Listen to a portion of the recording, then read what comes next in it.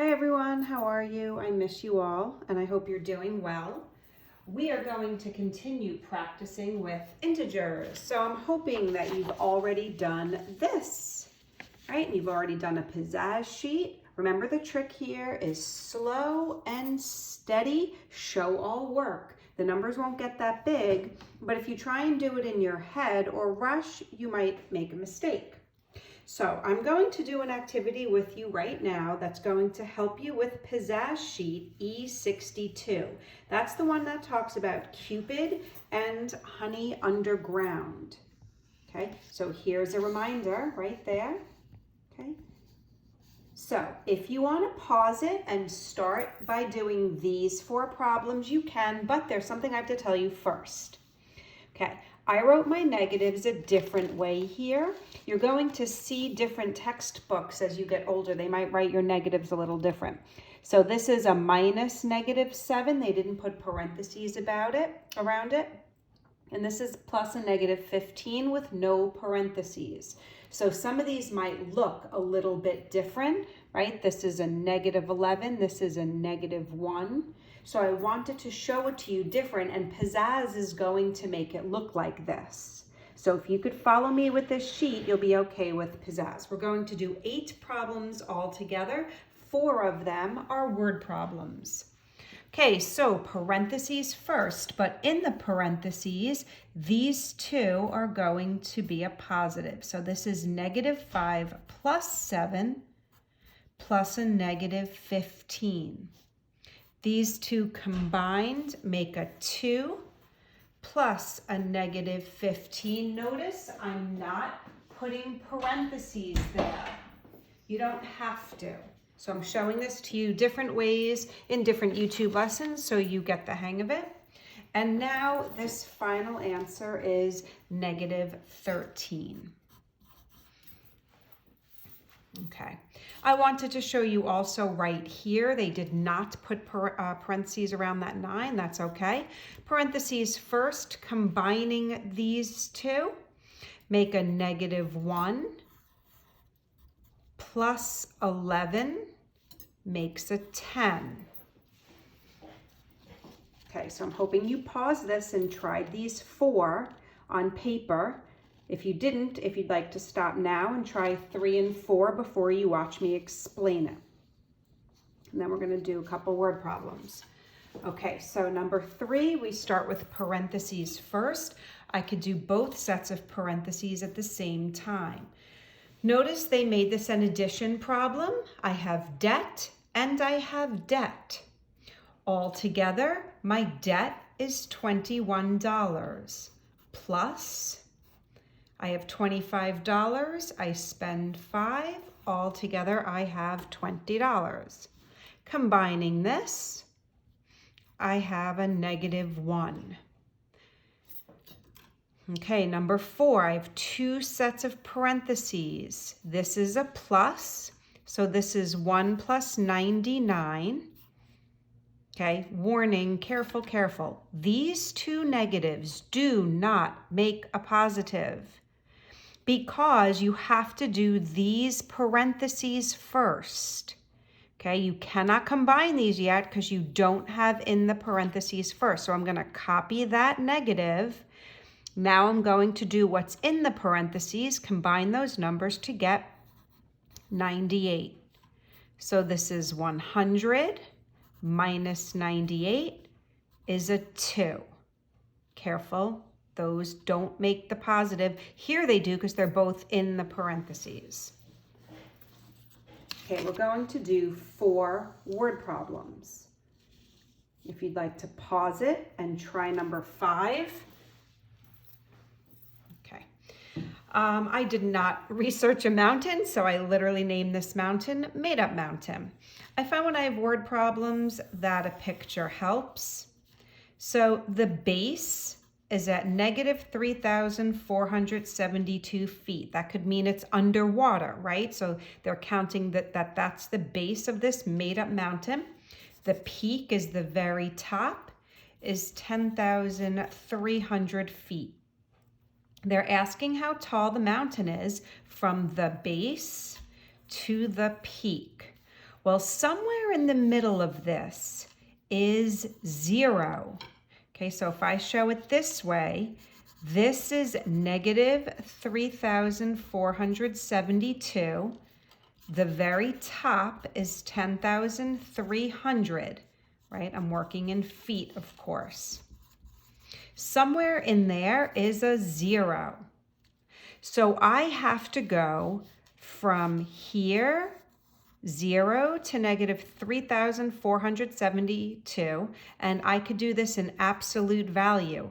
I have to go this far, 72, this far to get to 0, and then this far to get up to the top.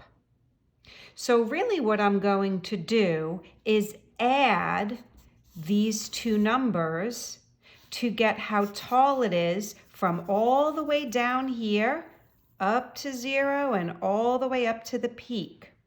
So if I add them together, my final answer is going to be 13,772 feet. Okay, so you will have word problems to do on the Pizzazz sheet. 3 more word problems. Number 6.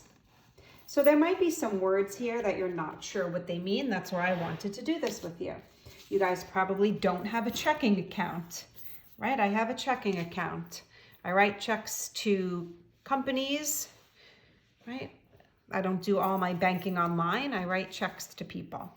So let's say I have a balance of $500. That means that right at this minute, I have exactly $500 in my checking account. Then I write 2 checks. One is for $85, one is for $150. So you need to know that if I am the owner of this checking account and I'm writing a check, money is going out of my checking account. Right? So let's say I write the check to you for your birthday. You're going to receive the money, but money is going to be going out of my checking account. So if I do that subtraction, I have $415, but then I wrote another check for $150, and I have $265 is my new balance. Okay, before we had all this technology, they would say, oh, you have to balance your checkbook, and you would literally have to add and subtract whatever money you put in or took out. Did you know that another word for putting money into your account is a deposit? When I earn money from working at school, they deposit money into my banking accounts. Okay, number 7, number 8, and we're done. Number 7. Well, thank goodness the weather is not this cold. In the winter, the temperature dropped from 7 to negative 12 degrees. I want to know the change in temperature. Probably what I'd really want to do is go someplace warmer. But here we go. So I'm picturing a thermometer. Here's 0 degrees. Here's negative 12 degrees. And here's 7 degrees. Let's say it's Fahrenheit. I didn't even tell you. I want to know how far it is from here to there. So to get from 7 to 0, I went 7 degrees, right? Remember absolute value? I went 7 degrees. It's 7 away from 0.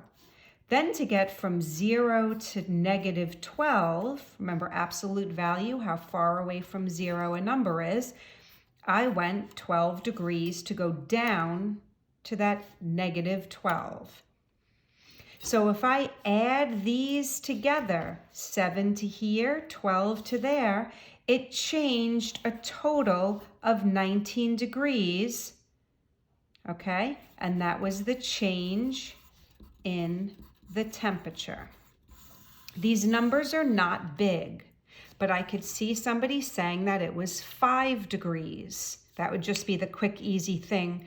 If I were to work quickly and do it in my head, I would say, oh, 12 minus 7 is 5 degrees. But be careful, that's not the right answer. Notice I drew a picture for this. Notice the work that I'm showing just to be sure I get this right. Last one. Scuba diver is at -6 feet. There's my water, right? Water is 0 feet. And now here's my scuba diver at -6 feet. The jellyfish is way down here at -20 feet. I want to know how far it is from 6 feet to 20 feet. Okay, so be careful with this one. Some kids like to count on their fingers, right? 6, 7, 8, 9, 10, and then all the way up to 20. That might help you, right? Just to picture yourself counting 7, 8, 9, 10, 11, 12, 13, 14, 15, all the way till you get to 20. Or I could say 20 minus 6, right? This is all working in absolute value.